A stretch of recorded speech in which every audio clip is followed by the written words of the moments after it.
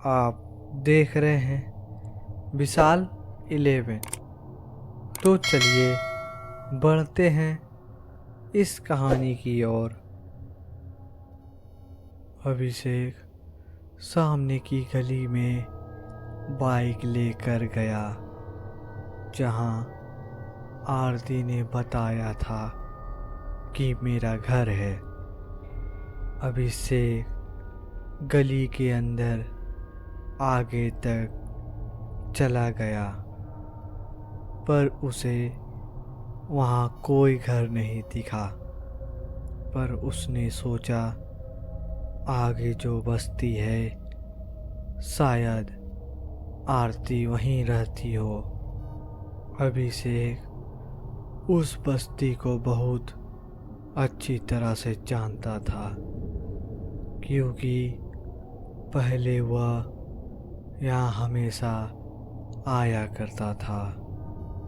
साक्षी को घर छोड़ने और उसको लेने के लिए।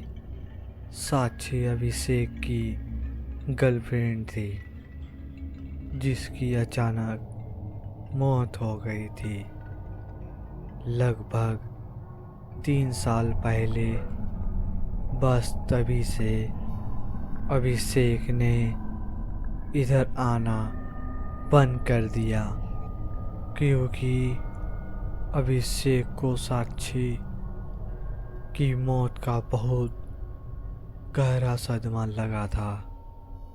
लेकिन अब अभिषेक उन बातों को भुला चुका था और अपनी जिंदगी में बिजी था और आज आरती को ढूंढता हुआ फिर उस बस्ती में आ गया था। उसने बस्ती में लोगों को आरती की फोटो दिखाई तो सब अभिषेक को बड़ी विचित्र निगाहों से देख रहे थे। बस्ती के लोगों ने बताया यह आरती मल्होत्रा है पर इसकी मौत तो 3 साल पहले ही हो गई थी। अभिषेक को कुछ समझ नहीं आ रहा था कि उसके साथ क्या हो रहा था। पर जब बस्ती के लोगों ने अभिषेक को आरती का घर दिखाया तो मानो अभिषेक के पैरों तले जमीन खिसक गई हो क्योंकि वह घर तो साक्षी का था। तभी अभिषेक ने पूछा कैसे हुई थी आरती की मौत। बस्ती के लोगों ने बताया आरती को एक बहुत खतरनाक जानलेवा बीमारी थी और रोज वह दवाई खाकर ही जिंदा रहती थी। डॉक्टर ने बताया था कि एक दिन भी उसकी दवाई मिस हो गई तो उसकी जान जा सकती है। उसकी बहन साक्षी एक कॉल सेंटर में जॉब करती थी और अपनी बहन का इलाज भी करवा रही थी। एक दिन पता नहीं क्या हुआ उसकी बहन साक्षी घर आ ही नहीं और आरती के पास भी कोई दवाई नहीं बची हुई थी और उसी का रास्ता देखते देखते आरती की जान चली गई। और बस्ती वालों ने यह भी बताया कि जब साक्षी कई दिनों तक घर नहीं आई तो पुलिस ने उसकी खोज शुरू कर दी और बाद में पुलिस वालों को साक्षी की लाश फ्लाईओवर के नीचे 2 हिस्सों में कटी हुई मिली थी। बस्ती वालों के मुंह से यह सुनकर तो अभिषेक के मानो पसीने छूटने लगे और वह तुरंत वहां से अपनी बाइक स्टार्ट करके अपने घर की तरफ चला गया। घर जाते ही उसने अपनी बाइक खड़ी करी और चाबी और हेलमेट साइड में फेंक कर सीधा अपने रूम में बेड पर लेट गया। अभिषेक मानो समझ चुका था कि उसके साथ 2 दिन से यह क्या हो रहा है और शायद क्यों हो रहा है। अब अभिषेक को एक अजीब सा डर लग रहा था, इसलिए उसने सोचा आज कहीं नहीं जाऊंगा, बस घर पर लेटा ही रहूंगा। उसने कॉल सेंटर में विनय सर को फोन करके बता दिया, सर आज मैं ड्यूटी पर नहीं आऊंगा। विनय सर ने कारण पूछा तो अभिषेक ने कहा, सर आज मेरी थोड़ी तबीयत खराब है। अभिषेक की बात का जवाब देते हुए विनय सर ने कहा, चलो ठीक है, तुम आराम कर लो, वैसे भी तुम्हें आराम की ज़रूरत है। आज दिख ही रहा था। इतना कहकर विनय सर ने फोन डिसनेटवर्क कर दिया और अभिषेक ने सोच लिया था आज कंबल ओढ़कर सो जाऊंगा बस। उसके बाद अभिषेक सो गया और जब अभिषेक की आँख खुली तो रात के लगभग 8 बज रहे थे। अभिषेक बिस्तर से उठा और सोचा बाहर जाकर कुछ खाता हूँ, क्योंकि भूख भी लग रही थी। उसने कमरे का दरवाज़ा खोला। बाहर अंधेरा हो चुका था। अभिषेक को शायद बाहर जाने से डर लग रहा था। आज जब से अभिषेक उस बस्ती से लौटा था, तब से एक अभिषेक को एक अजीब सा डर लग रहा था। अभिषेक ने सोच लिया था अब ऑनलाइन ही खाना मंगवाऊंगा। उसके बाद अभिषेक ने ऑनलाइन ऑर्डर करके ही खाना मंगवाया और खाकर फिर से जाकर कंबल ओढ़कर सो गया। लेकिन आधी रात में अभिषेक फोन की घंटी बजने से फिर आँख खुली। अभिषेक ने अपना सर कंबल से बाहर निकाला। सामने लगी घड़ी पर नजर पड़ी तो रात के ठीक 12 बज रहे थे।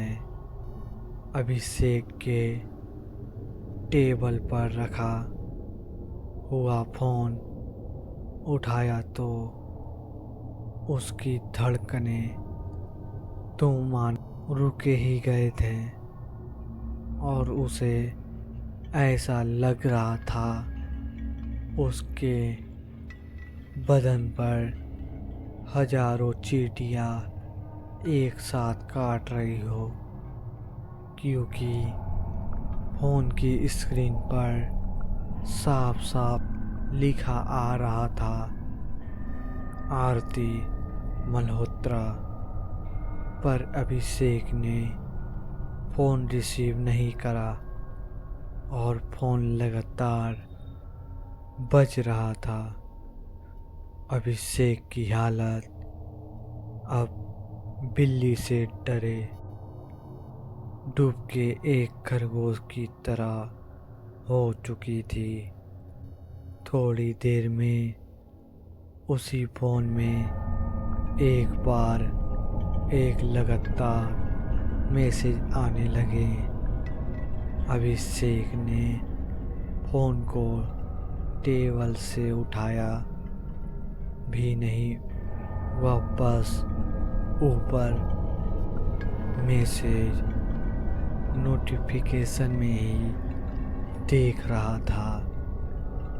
उसमें लिखा था, अभिषेक अब तो जान ही गए हो मैं कौन हूँ। अभिषेक ने इतना पढ़ा ही था कि उसकी हालत बहुत ज़्यादा खराब हो गई थी।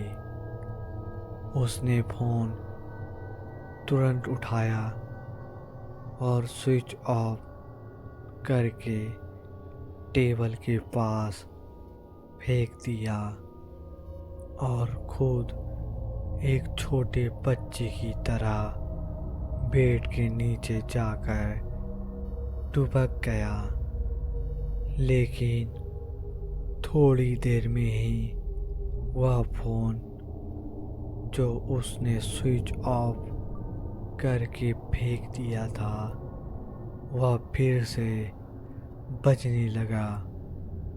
अभिषेक यह सोच रहा था फोन तो स्विच ऑफ है, तब कैसे बज रहा है। उसने फोन उठाकर देखना चाहा तो दूसरी तरफ से आवाज आने लगी, अभिषेक मरना तो आज तुमको पड़ेगा। तुमने जो हमारे साथ किया है उसकी सजा तो तुम्हें आज मिलकर रहेगी। अभिषेक ने इतना सुना और वह रोने लगा और बिलखते हुए गिड़गिड़ाते हुए कह रहा था, माफ़ कर दो, मुझे माफ़ कर दो, मेरे से गलती हो गई थी। अभिषेक ने इतना ही कहा ही था, उसकी नज़र सामने रूम के दरवाजे पर पड़ी तो उसकी जान मानो हलक में अटक गई हो, क्योंकि सामने आरती और साक्षी दोनों खड़े थे। अभिषेक रोते हुए जमीन पर गिर गया और बस एक ही बात कर रहा था, मुझे माफ़ कर दो, मेरे से गलती हो गई। साक्षी, मैंने जानबूझकर तुमको नहीं मारा। मैं और सामने खड़ी साक्षी और आरती दोनों अभिषेक के पास आ गए। अब अभिषेक की हालत तो पहले से ही खराब थी, इसलिए उसके मुंह से कुछ भी साफ साफ नहीं निकल रहा था।